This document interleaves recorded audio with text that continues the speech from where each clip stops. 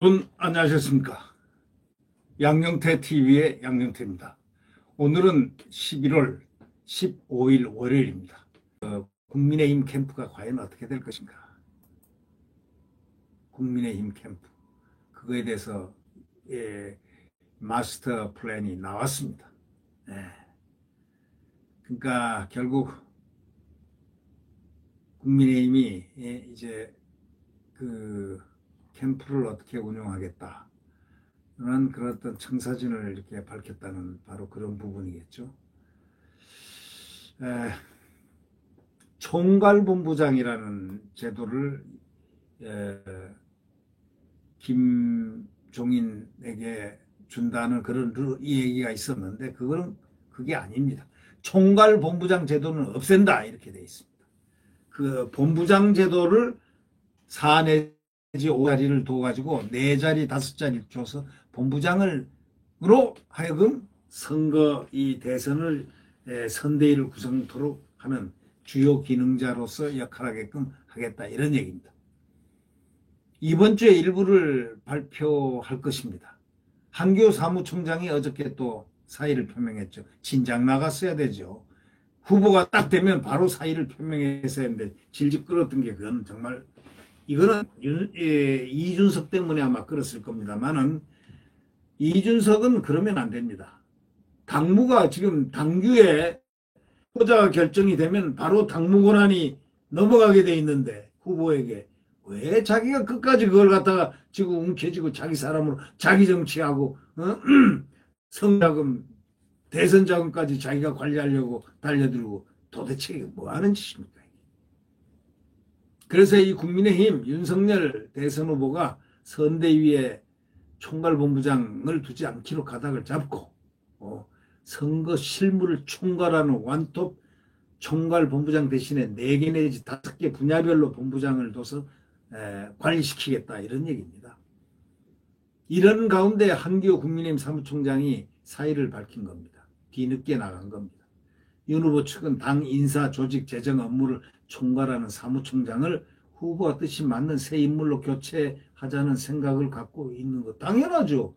그거는 당연히 후보 지원 체제의 사무총장이 돼야 되는 것이죠.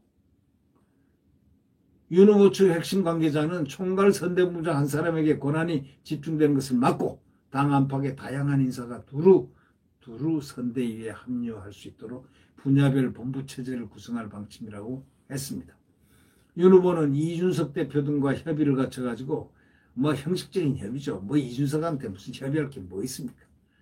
이번 주 중 일부 분야 본부장 인선을 발표할 것으로 알려졌습니다.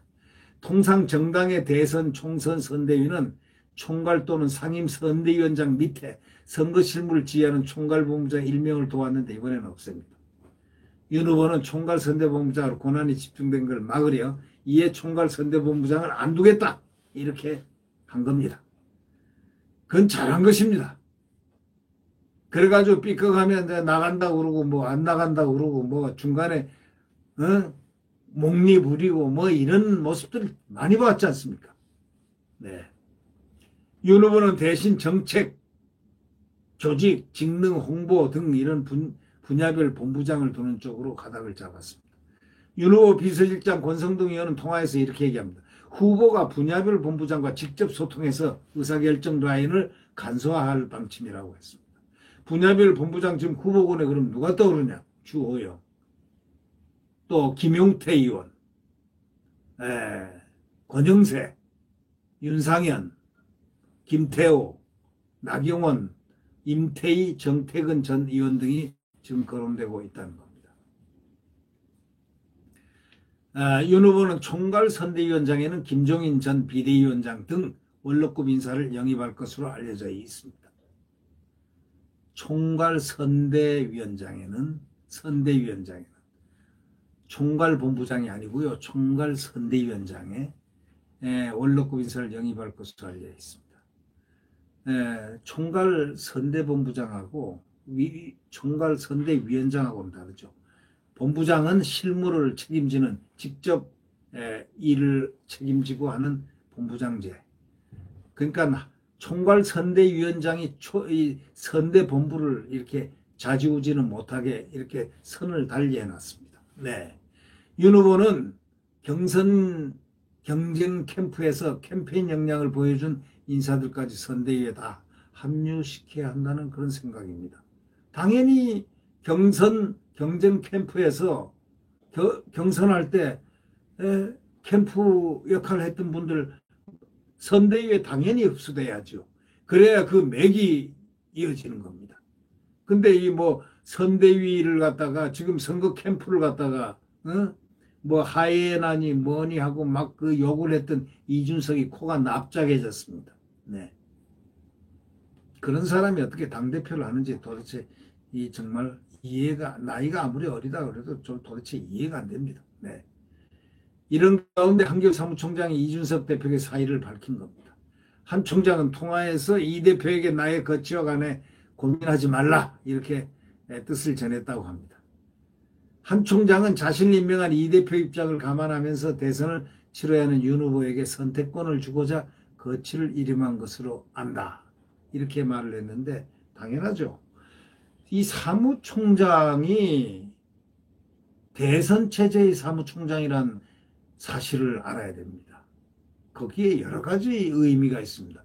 그 내부 인사라든가 등등 여러 가지 일이 있는데 어떻게 이걸 진작 사무총장이 그만뒀어야 되는데 이걸 부둥켜 안고 못 나가게 하고 뭐 그런 거 아니겠습니까?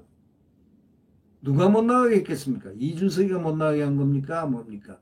왜 안 나갔습니까? 진작 후보가 11월 5일 날 딱 새로 되면 바로 그날 사의를 표명해야 되는 게 사무총장의 길입니다. 근데 이게 벌써 15일이나 됐는데 열흘 동안 뭐 했는지 모르겠습니다. 네. 이제 여론조사 결과는 대세론을 형성을 했다고는 하지만은 지금부터가 더 중요합니다. 반드시 이 대세론을 뒷받침하지 말고 오히려 새로 한다는 기분으로 그 목표 끝을 향해서 정권 교체 그 순간까지 긴장을 놓쳐서는 안 될 것 같습니다.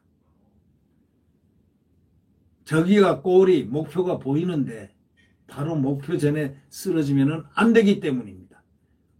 상대는 권력을 갖고 있는 정권입니다. 이 정권들 지금 보십시오. 윤석열 총장이 4건이나 무슨 법에 입건을 시켜놓고 있지 않습니까? 무슨 일들을 할지 왜 저러는 건지 정말 이해가 안 됩니다.